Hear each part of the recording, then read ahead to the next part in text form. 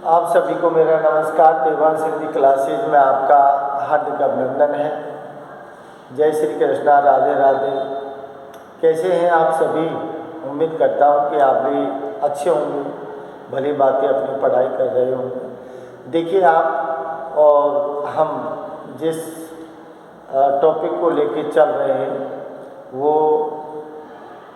अति लघुत्रात्मक जो प्रश्न आपको आने वाले हैं छोटे फर्स्ट सेमेस्टर में, उन्हीं को लेकर चर्चा करेंगे। और आपको कल जो था वो तुलसीदास से संबंधित, आपके पाठ से संबंधित जो बातें थी वो मैंने डाल दी थी। और आज आपका और मेरे बीच में जो टॉपिक है वो है मीराबाई। तो मीराबाई को लेकर अपन चर्चा करेंगे। मीराबाई कहाँ की रहने वाली थी, कैसे वो कृष्ण भक्त की तरफ मुड़ी है, कौन उनके पिताजी का नाम था, क्या उनके पति का नाम था, किसकी पुत्रवधू थी, कहाँ की रहने वाली थी, कौन कौन सी उन्होंने काव्य रचना रची हैं। तो सगुण काव्यधारा के अंतर्गत ये सारी चीज़ें आती हैं। तो सगुण काव्य जो रूप है वो उनके अंदर समाया हुआ है। और मीरा आज से नहीं, बचपन से ही अपनी जो है भक्ति वो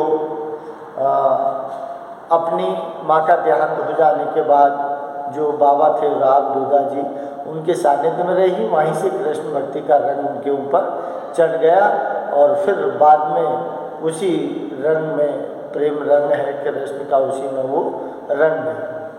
तो देखिए, सबसे पहले अपन बात करते हैं क्वेश्चन नंबर 1, जिसमें आप लिख लीजिए मीरा का जन्म।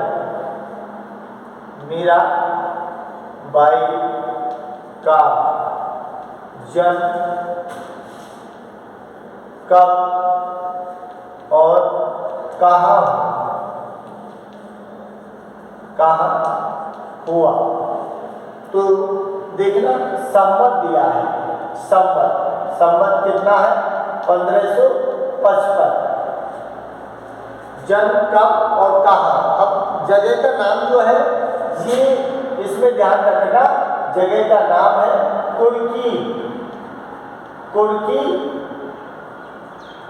गांव, जो कहाँ दिखाया है? मेड़ता सिटी। कुर्की गांव मेड़ता सिटी में इनका संवत 1555 में जन्म हुआ है मीराबाई का।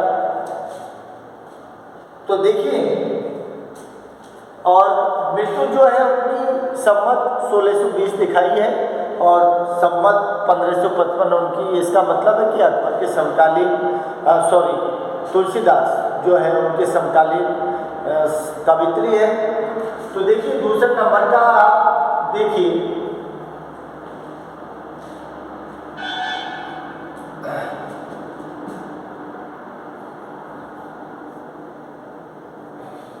मीरा के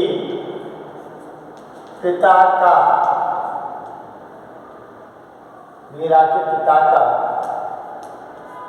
क्या नाम था? तो क्या नाम था? रतन सिंह। मीरा के पिता का क्या नाम था? रतन सिंह।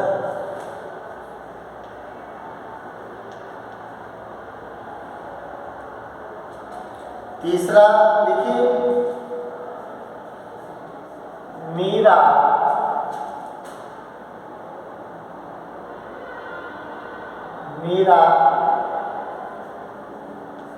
किसके सगुण रूप की उपासक थी? तो ये कौन है? कृष्ण की उपासक थी। अगला देखिए,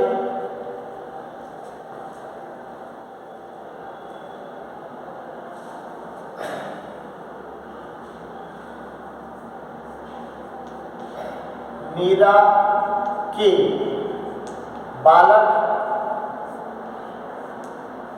बालक हृदय पर किसका प्रभाव था? तो इनके बाबा थे रामदूदा, जिनका नाम क्या था? रामदूदा। रामदूदा जी इनके बाबा थे, उन्हीं के साथ ही भक्ति किया करती थी बचपन में। तो उनके हृदय पर सबसे ज़्यादा प्रभाव अपने बाबा रामदूदा जी का था। अगला लिखिए,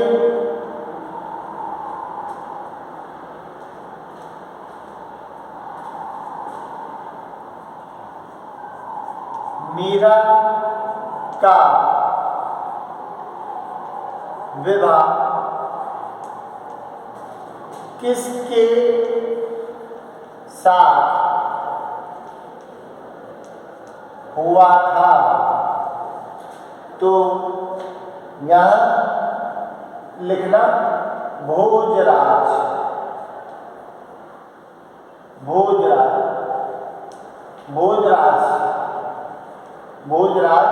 के साथ मीरा का विवाह भोजराज के साथ हुआ था। अगला देखो, भोजराज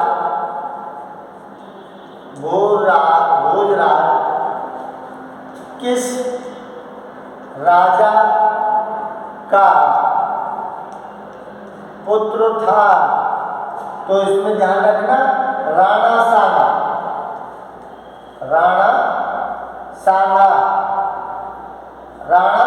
सांगा का पुत्र था भोजराज। अगला,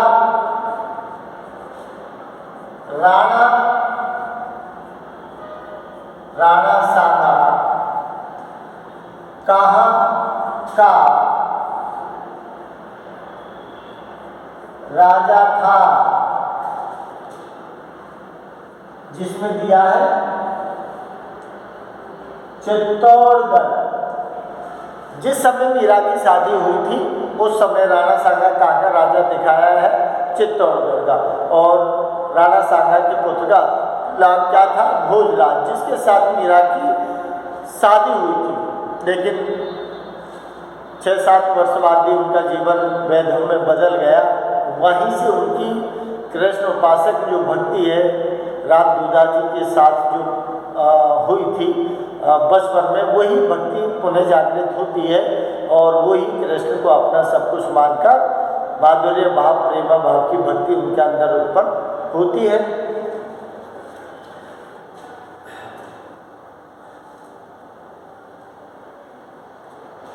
तो देखिए अब आगे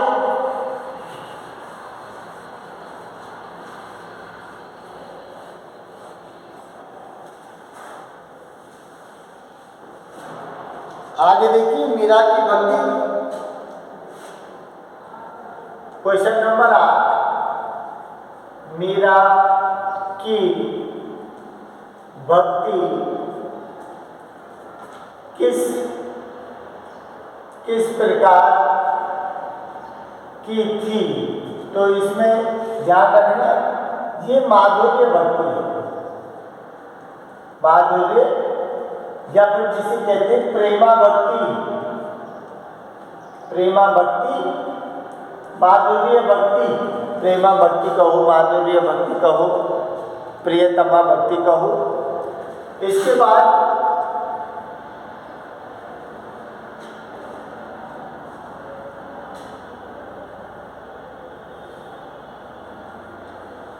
मीरा ने अपने पदों की रचना किस भाषा में की है? राजस्थान। क्या है? राजस्थान। अब इस राजस्थानी में देखिए राजस्थानी भाषा है, लेकिन इसमें क्या है? ब्रज प्लस गुजराती का मिश्रण है। राजस्थानी भाषा में काव्य रचना लिखी है और क्या है, ब्रज और गुजराती भाषा का इनमें मिश्रण किया गया है।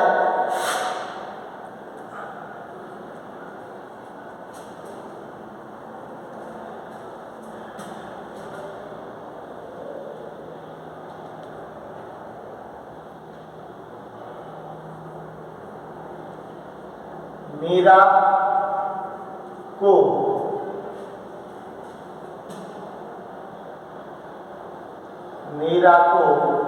यह किन लोगों ने भेजा था। तो सीधी बात है कि राज परिवार, यहाँ पे लिख देना राज परिवार। और राज परिवार जो था, राज परिवार में उसका देवर था, राणा सांगा खत्म हो चुके थे। उसके बाद उसकी जो दूसरी जो सास थी उसने, और उसका जो लड़का था देवर, उसने राज परिवार। तो मीरा को जहर किन लोगों ने भेजा था, राज परिवार ने भेजा था।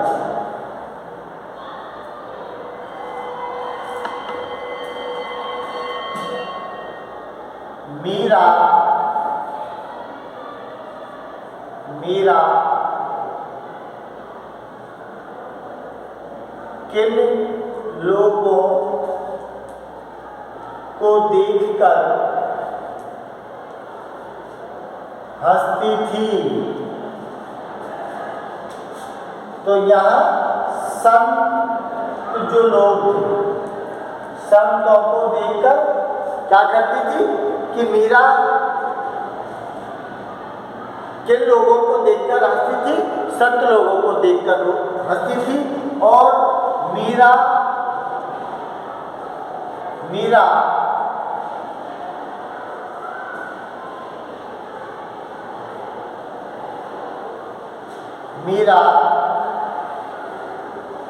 किन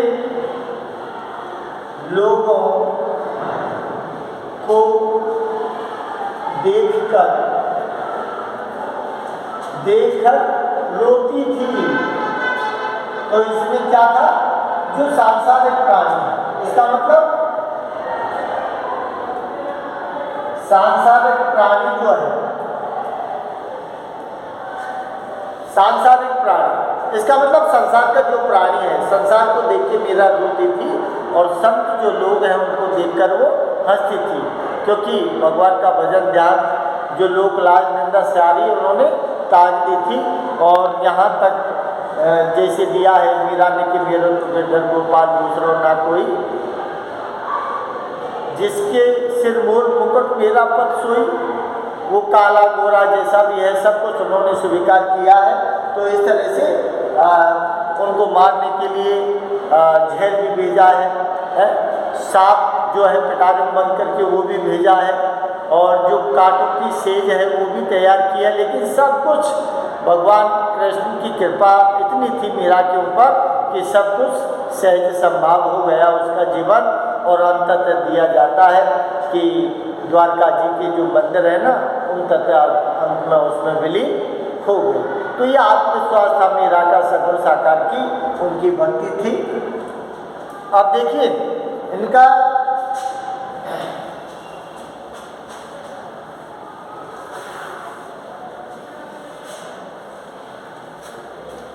इनकी प्रमुख काव्य रचना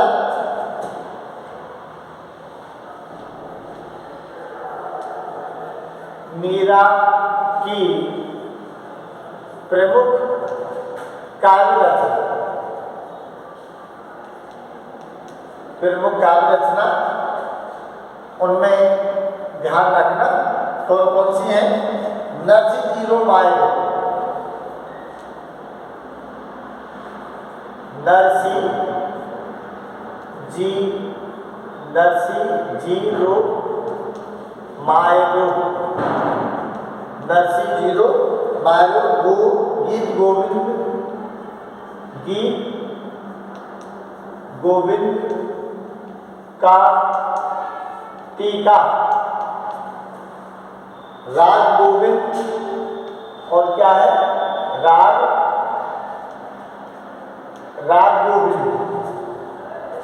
सौरठ के पद, सौरठ के पद, और क्या है, मीराबाई, मीराबाई की मल्हार, मीराबाई की मल्हार, ये इनके द्वारा रचित प्रमुख काव्य रचना है। अगर आपसे पूछी जाए कि मीरा के द्वारा रचित कौन कौन सी, तो ध्यान रखना, नरसी जीरो मायरो, गीत गोविंद का टीका, राग गोविंद, सौरठ के पद और मीराबाई की मल्हार। अगर आपको अच्छा लगे तो लाइक शेयर करके आगे बढ़ाते रहना, जिससे और जो आपके साथी लोग हैं वो देख लें, क्योंकि एग्ज़ाम 18 से है थोड़ा सा। ठीक है, आगे अगली वीडियो अगले उसमें डालूंगा, जिसमें आपको रसखान और जायसी रह रहे हैं आपके अभी, उनको मैं जल्दी ही तैयार करके और डाल दूँगा। ओके।